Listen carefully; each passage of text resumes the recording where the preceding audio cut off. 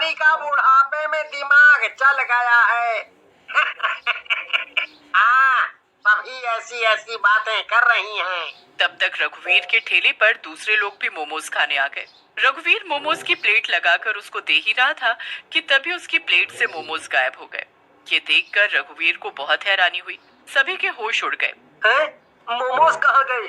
ये कैसे संभव है? मैंने प्लेट में मोमोज रखे थे, लेकिन ये कैसे खाली हो गया? अरे भैया, आपको भ्रम हो सकता है। ज्यादा भीड़ की वजह से आप भूल गए होंगे।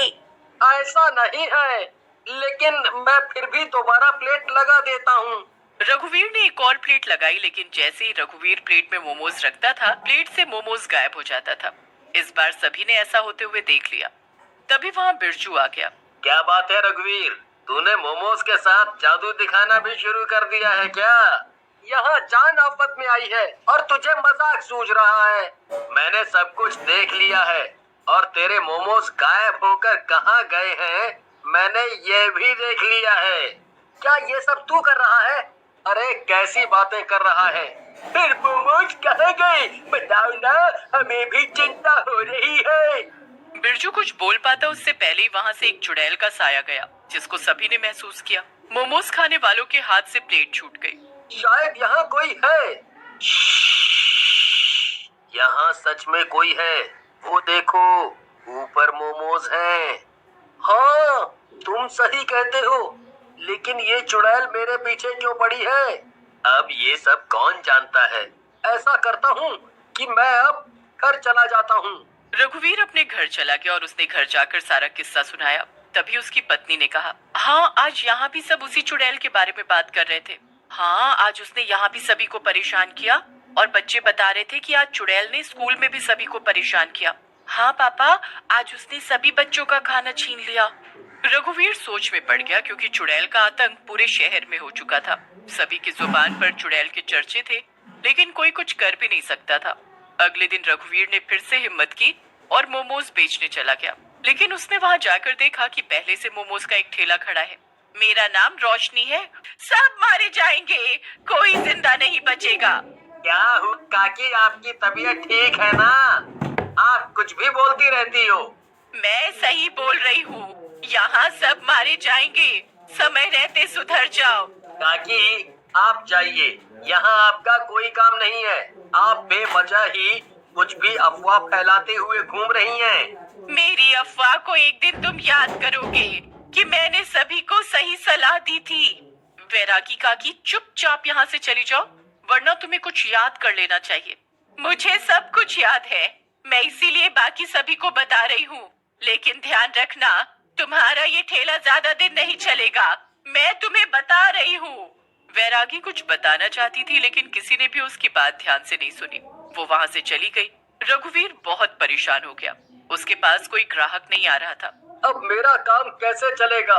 ईश्वर, कम से कम मेरे पास कुछ ग्राहक ही भेज दो, ताकि मैं अपने बच्चों का पेट पाल सकूं। अगर आज के जैसे सभी दिन बीत गए तो मेरा काम कैसे चलेगा? मुझे कल भी उस चुड़ैल की वजह से काम छोड़कर जाना पड़ेगा। रघुवीर ने शाम तक इंतजार किया, लेकिन कोई भी उसके पास नहीं आया। वो निराश होकर वापस घर लौट गया। उसने सारी बात अपने परिवार को बताई। अब ऐसे निराश बैठने से काम नहीं चलेगा, तुमको कोई और काम देखना पड़ेगा। हाँ, पर मुझे मोमोज के अलावा कुछ बनाना भी नहीं आता है, इसीलिए मैं मोमोज ही बनाऊंगा। पापा, आप जगह बदल दीजिए। नहीं, वो महिला जगह बदलेगी। पापा तो वर्षों से वही है, फिर पापा क्यों जगह बदलेंगे?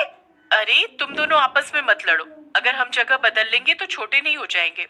रघुवीर ने अगले दिन अलग से ठेला लगाया। तभी सुनीता दौड़ते हुए आई। सुनिए जी, अनर्थ हो गया। क्या हुआ? सब ठीक है? नहीं, कुछ भी ठीक नहीं है। हमारे बेटे रोहन। क्या हुआ रोहन को?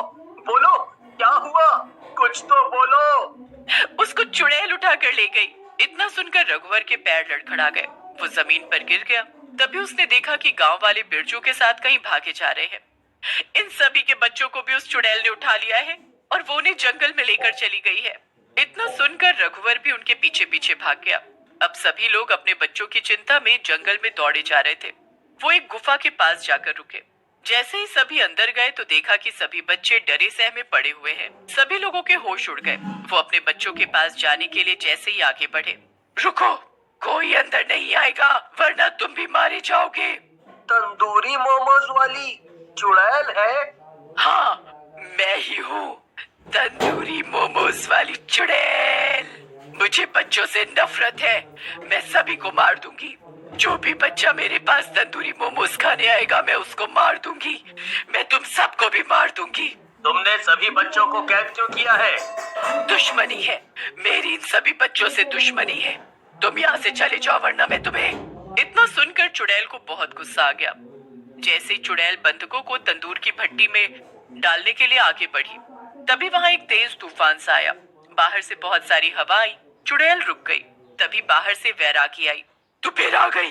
हाँ, और इस बार मैं तुझे पूरी तरह खत्म करने आई हूँ। ये तुझसे नहीं हो पाएगा। हाँ, पिछली बार मैंने तुझे छोड़कर सबसे बड़ी गलती की थी, लेकिन इस बार मैं तुझे नहीं छोड़ूंगी। इस धरती पर उपस्थित हर मानव मेरा दुश्मन है। क्यों? तुम्हें हर मनुष्य से इतनी नफरत क्यों है? मानवों ने क्या बिगाड़ा है तुम्हारा? कुछ वर्ष पहले जालिमों ने एक रोड एक्सीडेंट में मेरे बेटे को मार दिया था। मैं सड़क पर खड़ी होकर अपने बेटे की जान की भीख मांग रही थी, लेकिन किसी ने मेरी मदद नहीं की, बल्कि मुझे उठाकर तंदूर की भट्टी में डाल दिया। ओह, ये तुम्हारे साथ अच्छा नहीं हुआ। मैं रोती रही, चिल्लाती रही, लेकिन किसी ने मेरी मदद नहीं की।